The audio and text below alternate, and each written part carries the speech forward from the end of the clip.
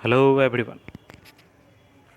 हमने पिछले recorded classes में केमिकल रिएक्शन एंड इक्वेशन के बारे में जाना था। अब हमारे पास next chapter acid, base and salt. Acid और बेस बहुत पुराने समय से ही इनके डिफिनेशंस इनके गुणों के आधार पर किया जाता रहा है। जैसे कि एक्वस सॉल्यूशन में एसिड के एक्वस सॉल्यूशन में इसका टेस्ट खट्टा होता है।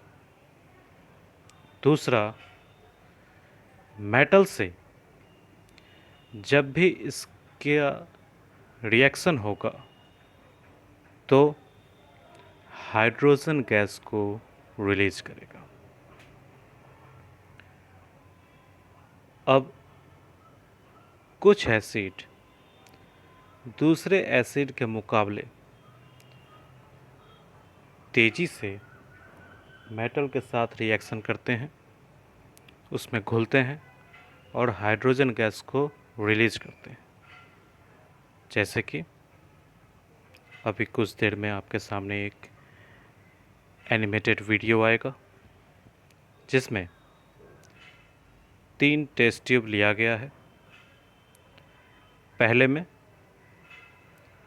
पानी और लोहा, इन दोनों के बीच के दृश्य दिखाए गए हैं। दूसरे में एसिटिक एसिड और आयरन, इन दोनों के बीच के दृश्य दिखाए गए हैं। और तीसरा हाइड्रोक्लोरिक एसिड और आयरन, इसके दृश्य को दिखाए गए। हम एक एक करके चलते हैं। अगर हम लोहे को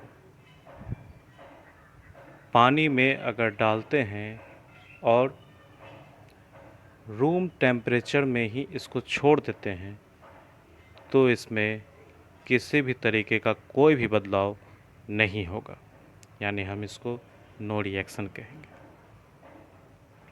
दूसरे में एसिटिक एसिड में अगर हम लोहा डालते हैं तो फिर धीमी गति से उसमें से हाइड्रोजन गैस रिलीज होगा। तीसरे में जब हम हाइड्रोक्लोरिक एसिड में लोहा डालते हैं तो तुरंत और बहुत तेज़ी से